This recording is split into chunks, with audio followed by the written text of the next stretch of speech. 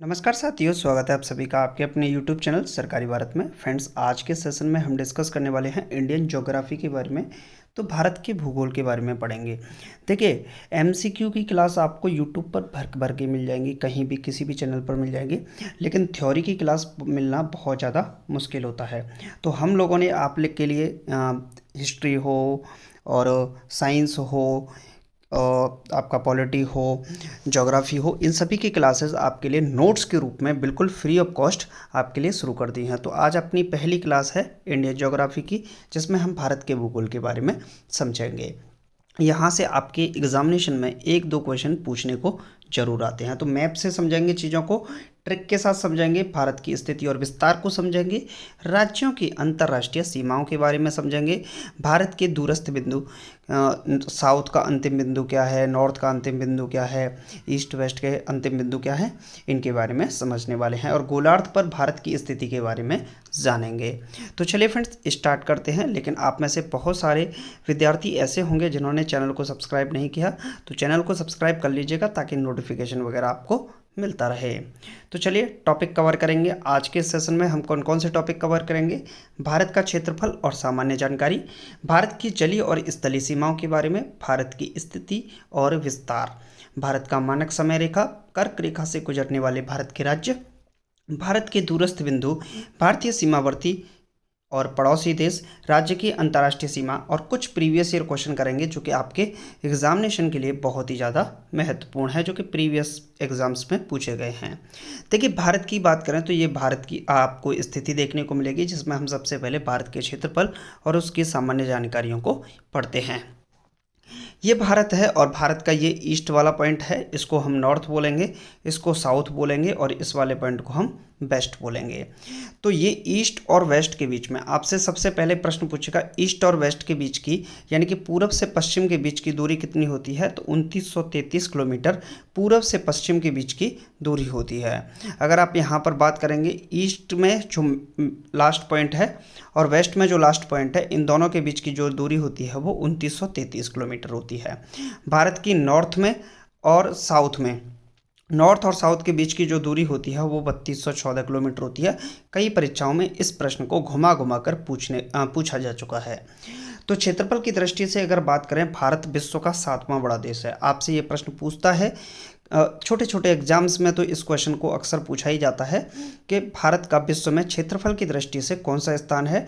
तो भारत का 7वां स्थान है। भारत किस महाद्वीप में आता है? तो कुल मिलाकर 7 महाद्वीप हैं, जिनमें से भारत एशिया महाद्वीप के अंतर्गत आता है। तो ये भी क्वेश्चन पूछ सकता है आपसे, हालांकि इतना आसान क्वेश्चन भी आपसे नहीं पूछेगा। पहले स्थान पर अगर क्षेत्रफल की बात की जाए तो इसमें रूस होता है, फिर दूसरे स्थान पर कनाडा, चीन, अमेरिका, ब्राज़ील, ऑस्ट्रेलिया, और 7वें नंबर पर क्षेत्रफल के मामले में भारत 7वें नंबर पर आता है। हमने इसकी ट्रिक भी बना रखी है कि आप इनको कैसे याद कर सकते हैं, उसकी प्लेलिस्ट चैनल पर डली है, उसको आप देख लीजिएगा ट्रिक की। फिर भी मैं आपको एक ट्रिक और बता देता हूं, क्योंकि हमने इसके लिए 2-3 ट्रिक बना रखी हैं। तो ट्रिक है, रुक चीन अब आ भारत। रुक का मतलब रूस हो गया, क का मतलब कनाडा, तो रुक हो गया रूस और कनाडा। चीन का मतलब चीन हो गया अब, अ से अमेरिका, ब से ब्राज़ील, आ का मतलब ऑस्ट्रेलिया, और भारत का मतलब भारत। तो रूस, कनाडा, चीन, अमेरिका, ब्राज़ील, ऑस्ट्रेलिया, और भारत 7वें नंबर पर आता है। तो विश्व में सबसे ज़्यादा क्षेत्रफल वाला देश कौन सा है? तो रूस है, दूसरे स्थान पर कनाडा, और तीसरे स्थान पर चीन होता है, जिसमें 7वें स्थान पर भारत आता है। भारत के क्षेत्रफल की बात करें तो भारत का जो क्षेत्रफल है वो 32,87,263 वर्ग किलोमीटर है। तो भारत का क्षेत्रफल कितना है? 32,87,263 वर्ग किलोमीटर भारत का क्षेत्रफल है। अब आप कहेंगे कि सर क्षेत्रफल के दृष्टिकोण से तो आपने बता दिया, लेकिन जनसंख्या के दृष्टिकोण से भी बताइए भारत की स्थिति। तो भारत की स्थिति अब हम जनसंख्या के दृष्टिकोण से समझते हैं। भारत की दृष्टि, जनसंख्या की दृष्टि से भारत विश्व का दूसरा सबसे बड़ा देश है। देखिए, ये था 2022 तक, लेकिन 2023 में अब आंकड़ों के अनुसार बात करें तो भारत पहले स्थान पर आ चुका है। कई ऐसे सूचकांक हैं आ चुके हैं जिन सूचकांकों में भारत की स्थिति को प्रथम स्थान पर बताया गया है। तो अब भारत प्रथम स्थान पर है, दूसरे स्थान पर चीन है और तीसरे स्थान पर अमेरिका है।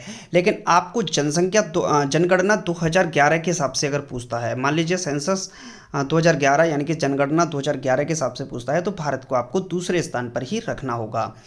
अगर पूछता है कि वर्तमान स्थिति के अनुसार, तो भारत को आपको प्रथम स्थान पर रखना होगा। उत्तर से दक्षिण का विस्तार 3214 किलोमीटर है, पूर्व से पश्चिम 2933 किलोमीटर है भारत की स्थिति।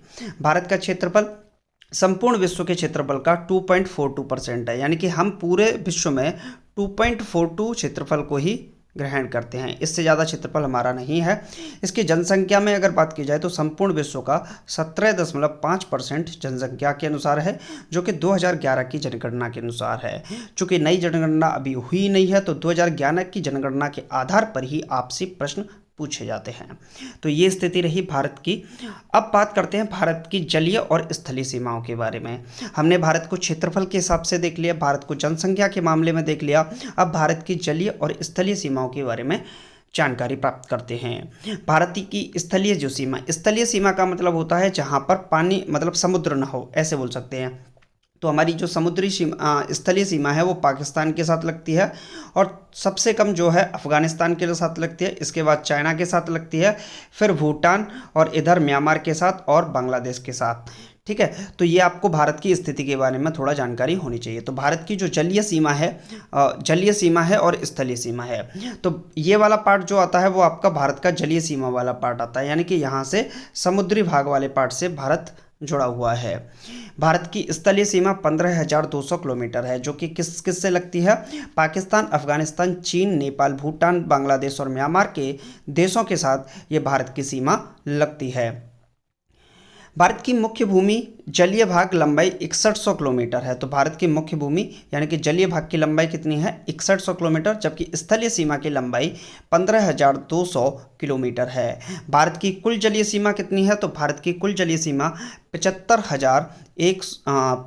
7,516.6 किलोमीटर है, जिसमें आप यहाँ अंडमान निकोबार को भी लेंगे, ठीक है, लक्षद्वीप को भी लेंगे। तो इन सभी को आप जब जोड़ते हैं तो भारत की कुल जो जलीय सीमा आती है वो 7,516.6 किलोमीटर आती है, जिसमें मुख्य भूमि जो भारत का ये वाला हिस्सा है, इसके बाद अंडमान निकोबार और लक्षद्वीप को शामिल किया जाता है।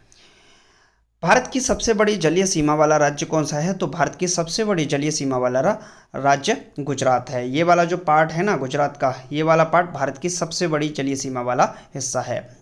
भारत की सबसे बड़ी अंतर्राष्ट्रीय स्थलीय सीमा किस देश के साथ लगती है? तो सबसे ज़्यादा अंतर्राष्ट्रीय स्थलीय सीमा भारत की बांग्लादेश के साथ लगती है। देखने में आपको छोटी लगेगी नहीं, लेकिन वास्तविकता यही है।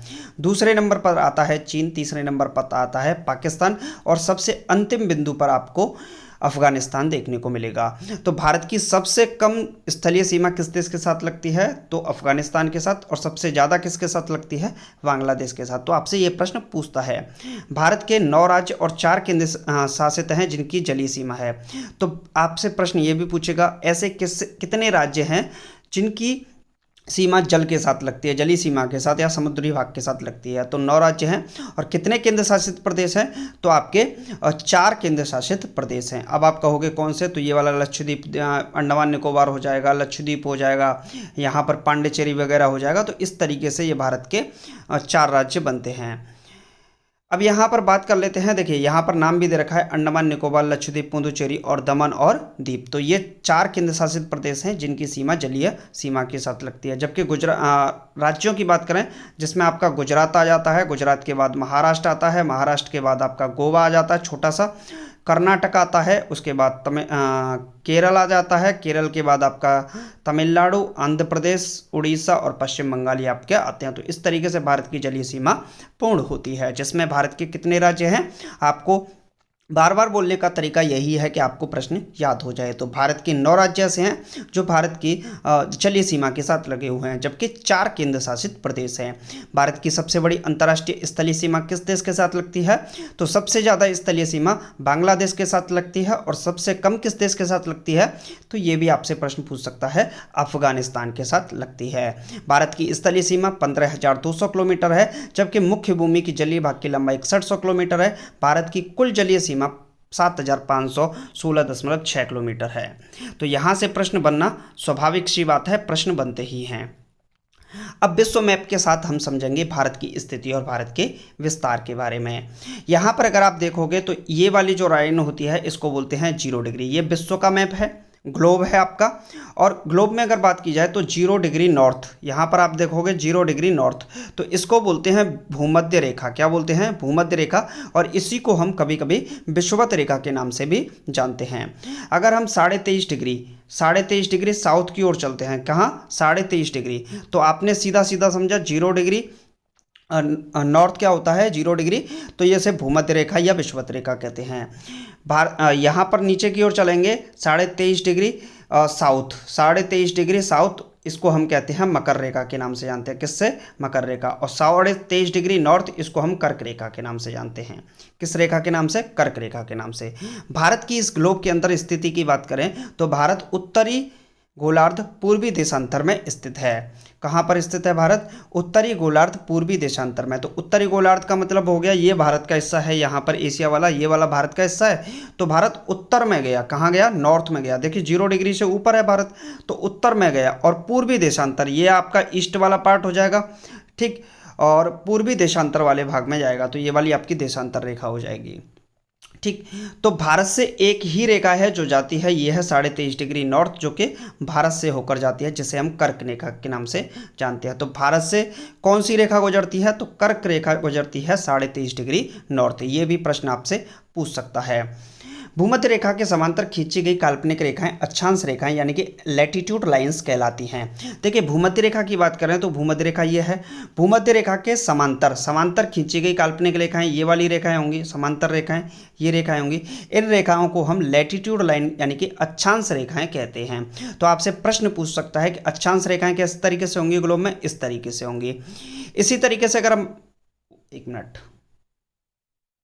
यहाँ पर हम बात करते हैं उत्तरी और दक्षिणी ध्रुव को मिलाने वाली काल्पनिक रेखाएं आपकी देशांतर रेखाएं, जिसे हम लॉन्गिट्यूडनल लाइन कहते हैं। तो उत्तरी ध्रुव और दक्षिणी ध्रुव, उत्तरी ध्रुव कौन सा होगा आपका? ये वाला हो सकता है, और ये दक्षिणी ध्रुव ये।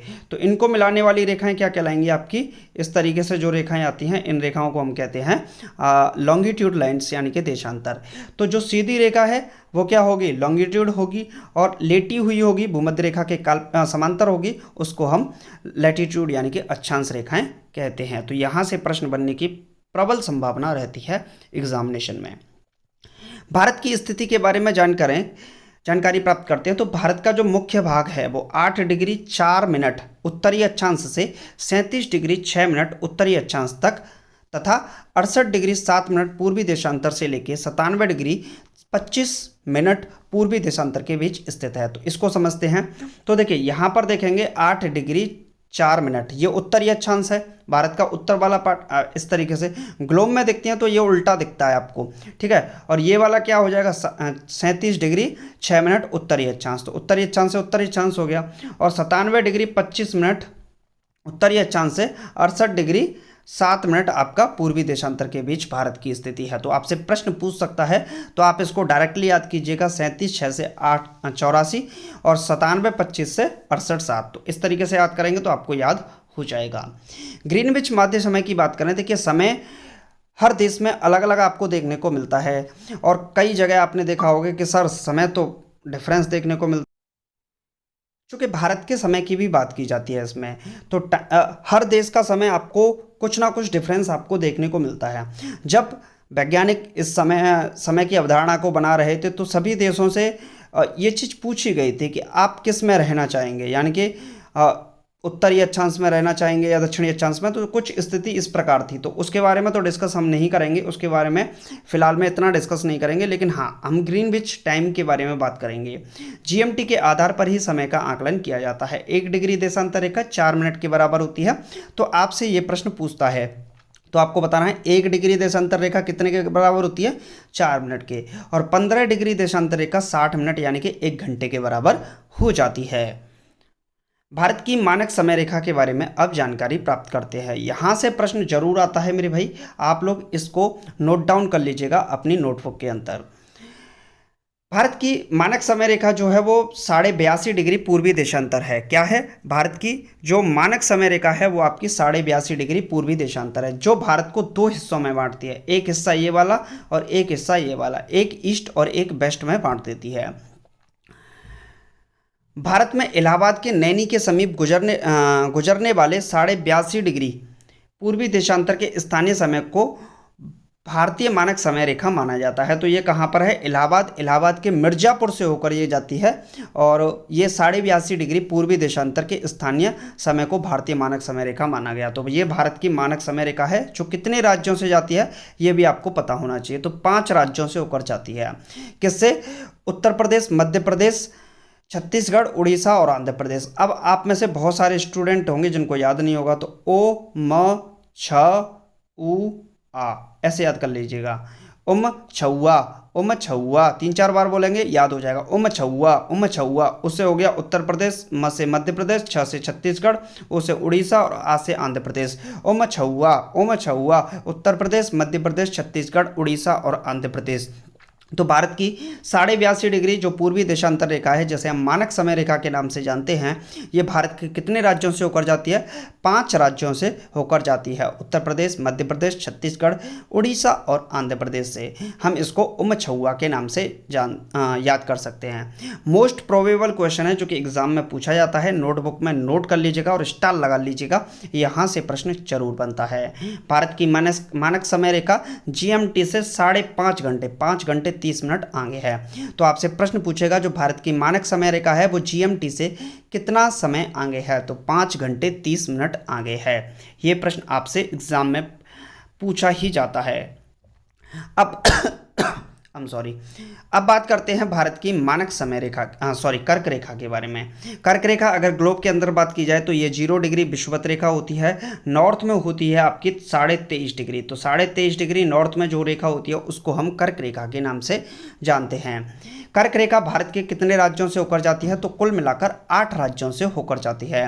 ये रेखा गुजरात से स्टार्ट होती है, उसके बाद राजस्थान को टच करते हुए राजस्थान का जो बांसवाड़ा वाला क्षेत्र है वहाँ से होकर जाती हुई है, और मध्य प्रदेश, छत्तीसगढ़, झारखंड, पश्चिम बंगाल, त्रिपुरा और मिजोरम से होते हुए ये रेखा जाती है। तो कहाँ से स्टार्ट होती है? गुजरात से स्टार्ट होती है, और कहाँ पर अंत होता है इसका? तो मिजोरम में अंत होता है। तो कर्क रेखा आपसे पूछेगा कितने राज्यों से होकर जाती है? तो 8 राज्यों से होकर जाती है। भारत में स्टार्टिंग कहाँ से होती है इसकी? तो गुजरात से होती है, और भारत में अंतिम किस राज्य से होकर जाती है? तो मिजोरम से जाती है। तो आपको याद कर लेना है, गुजरात, राजस्थान, मध्य प्रदेश, छत्तीसगढ़, झारखंड, पश्चिम बंगाल, त्रिपुरा, मिजोरम। अब आप में से बहुत सारे स्टूडेंट को याद ना हो तो हमने इसकी ट्रिक भी डाल रखी है, चैनल पर देख लीजिएगा। नेक्स्ट अगर हम बात करते हैं भारत के दूरस्थ बिंदुओं की, तो ये आप भारत को इस तरीके से बांटते हैं। तो ये आपका ईस्ट बनता है, ये आपका वेस्ट बनता है, ये नॉर्थ बनता है और ये आपका साउथ बनता है। ठीक, तो भारत का सबसे पूर्वी जो हिस्सा है वो कौन सा है, पॉइंट कौन सा है? तो भारत का सबसे पूर्वी पॉइंट है किबीथू बलांगू। क्या है? तो आपसे प्रश्न पूछेगा किबीथू बलांगू, और ये आपका कहाँ पर पड़ेगा? अरुणाचल में पड़ेगा या नागालैंड में पड़ेगा? कमेंट बॉक्स में आंसर लिखिएगा। ये आपका इंदिरा कॉल है जो कि जम्मू कश्मीर में आता है। सर क्रीक है जो कि पश्चिम बंगाल में आएगा, और यहाँ पर ये आपका हो गया इंदिरा पॉइंट, और यहाँ पर इंदिरा कॉल होता है जो कि आपका तमिलनाडु वाले हिस्से में चला जाएगा। तो आपसे प्रश्न पूछेगा भारत का सबसे पूर्वी हिस्सा कौन सा है? तो ऑप्शन में आपको किबीथू बलांगू देगा। उत्तर में पूछे तो इंदिरा कॉल, और पश्चिम में पूछे तो सरक्रीक, और साउथ में पूछे तो इंदिरा पॉइंट। इंदिरा पॉइंट आप अपना आंसर छापेंगे। क्लियर है? इसके बाद भारतीय सीमावर्ती और पड़ोसी देशों के बारे में जानते हैं। भारत के कितने पड़ोसी देश हैं, तो यहाँ से हम स्टार्ट करते हैं नल्ला पाकिस्तान। आप इसको नल्ला पाकिस्तान कहो और या फिर कोई दूसरा नाम दे सकते हो, जो आपकी इच्छा हो। कमेंट बॉक्स में लिखिएगा आप पाकिस्तान को दूसरा क्या नाम देना चाहेंगे। भारत के सीमावर्ती देशों की बात करें तो भारत 7 सीमावर्ती देश हैं। 7 सीमावर्ती देश में पाकिस्तान, सबसे कम समय सीमा रेखा बनाने वाला अफगानिस्तान, उसके बाद आता है चीन, नेपाल, भूटान, म्यांमार और बांग्लादेश। तो 7 देश ऐसे हैं जो कि भारत से सीमा बनाते हैं, जिसमें आपका पाकिस्तान, अफगानिस्तान, चीन, नेपाल, भूटान, बांग्लादेश और म्यांमार हो जाएंगे। अगर हम पड़ोसी देशों की बात करते हैं, ये हो गए आपके सीमावर्ती देश। अगर हम पड़ोसी देशों की बात करते हैं तो 9 होते हैं, जिसमें हम श्रीलंका और मालदीव को भी जोड़ लेते हैं। ये आपका मालदीव वाला हिस्सा होगा और ये आपका श्रीलंका हो गया। तो ऐसे 9 बनेंगे, तो मालदीव, श्रीलंका, पाकिस्तान, अफगानिस्तान, चीन, नेपाल, भूटान, बांग्लादेश और म्यांमार, ये आपके भारत के पड़ोसी देश बनेंगे, जो कि कुल पड़ोसी देश हैं। और सीमावर्ती में 7 बनेंगे। भारत की सबसे लंबी सीमा किसके साथ जुड़ती है, तो बांग्लादेश के साथ 4096 किलोमीटर की सीमा बनाता है भारत बांग्लादेश के साथ। भारत की सबसे कम सीमा किसके साथ बनती है, अफगानिस्तान के साथ बनती है, जो कि 106 किलोमीटर की महज सीमा रेखा बनाता है। नेक्स्ट अगर हम बात करते हैं राज्यों की अंतर्राष्ट्रीय सीमाओं के बारे में, तो राज्यों की अंतर्राष्ट्रीय सीमाओं के बारे में अगर बात करते हैं तो पाकिस्तान से भारत के कितने राज्य सीमा बनाते हैं, तो पाकिस्तान से भारत के 5 राज्य सीमा बनाते हैं। अब आपका हो गए कौन कौन से, तो मैं आपको बता देता हूँ। 5 राज्यों के से सीमा बनाने वाले 5 राज्यों से बनाता है भारत पाकिस्तान के साथ सीमा, जिसमें आपका गुजरात है यहाँ से, और आपका राजस्थान है ये वाला, उसके बाद पंजाब आता है, जम्मू कश्मीर आता है और आपका लद्दाख वाला हिस्सा आता है। तो भारत 5 राज्यों के साथ सीमा बनाता है, जिसमें गुजरात, राजस्थान, पंजाब, जम्मू कश्मीर और लद्दाख। सबसे ज़्यादा सीमा किसके साथ होगी, तो आपको जाहिर सा दिख रहा है राजस्थान के साथ ही होगी। भारत की अंतर्राष्ट्रीय सीमाओं की बात करें बांग्लादेश के साथ, तो ये भी कितने साथ, 5 राज्यों के साथ सीमा बनाता है। तो 5 राज्य कौन कौन से होंगे, असम, मेघालय, मिजोरम, त्रिपुरा, पश्चिम बंगाल। तो ये आपका पश्चिम बंगाल हुआ, ये वाला पार्ट असम हुआ, मेघालय हुआ, माफ़ कीजिएगा, ये असम हुआ, ये त्रिपुरा हुआ, ये मिजोरम हुआ, ठीक है। और ये आपके 5 राज्य बनते हैं। भारत से नागमणि चाहिए, तो आप ऐसे तरीके से याद कर सकते हो। आपको ये वाला डांस याद होगा उस क्रिकेट मैच का, ठीक है। तो भारत से नागमणि चाहिए, तो भारत का मतलब भारत से नागमणि चाहिए। नागालैंड और मणिपुर की सीमा बांग्लादेश से नहीं लगती, आपको इतना याद रखना होगा। बहुत सारे स्टूडेंट इसका आंसर लगा देंगे, तो भाई आप लोग थोड़ा सा ध्यान दीजिएगा। नागालैंड की सीमा भारत के साथ नहीं लगती, ना ही मणिपुर की लगती है। अब आप कहोगे सर नागालैंड कहाँ है, तो ये रहा नागालैंड और ये रहा मणिपुर, ये रहा अरुणाचल प्रदेश और ये रहा मिजोरम, जो कि ये चारों म्यांमार के साथ सीमा बनाते हैं। तो नागालैंड और मणिपुर इसमें नहीं है। कौन कौन से बनाते हैं बांग्लादेश के साथ, असम, मेघालय, मिजोरम, त्रिपुरा और पश्चिम बंगाल। राज्यों की अंतर्राष्ट्रीय सीमाओं की बात करते हैं, तो इसमें राज्यों की अंतर्राष्ट्रीय सीमाएं और बात करते हैं किसके साथ, भूटान के साथ। तो भूटान के साथ 4 राज्यों की सीमा लगती है, जिसमें आपका असम, अरुणाचल प्रदेश, सिक्किम और पश्चिम बंगाल आ जाता है। तो ये वाला पार्ट सिक्किम का होगा, ये वाला पश्चिम बंगाल, ये असम और ये अरुणाचल प्रदेश। म्यांमार के साथ मैंने आपको बताया ही था, 4 राज्यों के साथ सीमा बनती है, जिसमें अरुणाचल प्रदेश, नागालैंड, मणिपुर और मिजोरम आ जाते हैं। राज्यों की अंतर्राष्ट्रीय सीमाओं के बारे में अगर बात करते हैं, तो इसमें नेपाल आता है। नेपाल भी 5 राज्यों के साथ सीमा बनाता है और भूटान भी 4 राज्यों के साथ सीमा बनाता है। नेपाल से सीमा बनाने वाले भारत के 5 राज्य, जिसमें उत्तर प्रदेश, बिहार, उत्तराखंड, पश्चिम बंगाल और सिक्किम हैं। भूटान से सीमा बनाने वाले सिक्किम, अरुणाचल प्रदेश, असम और पश्चिम बंगाल है।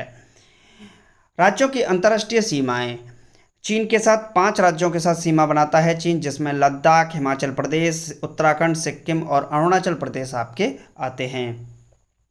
ये था आज का कंप्लीट सेशन, जिसमें आपको मैंने भारत के बारे में संपूर्ण जानकारी दी।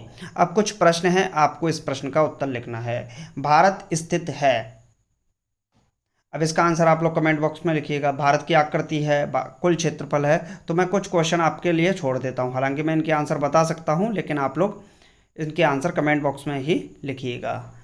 उम्मीद है आपको आज का सेशन अच्छा लगा होगा, और ये क्लासेस अगर आपको अच्छी लगी हैं तो आप लोगों को क्या करना है, अपने साथियों के साथ इन सभी क्लासेस को क्या करना है, शेयर करना है, चूँकि आप लोग अगर शेयर करते हैं तो आपको बेनिफिट होगा, आपके एग्जामिनेशन में यहाँ से क्वेश्चन फंसने की प्रबल संभावना है।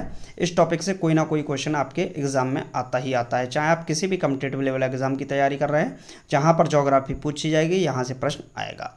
बाकी मिलते हैं फिर नेक्स्ट वीडियो में। Thank you for watching this video.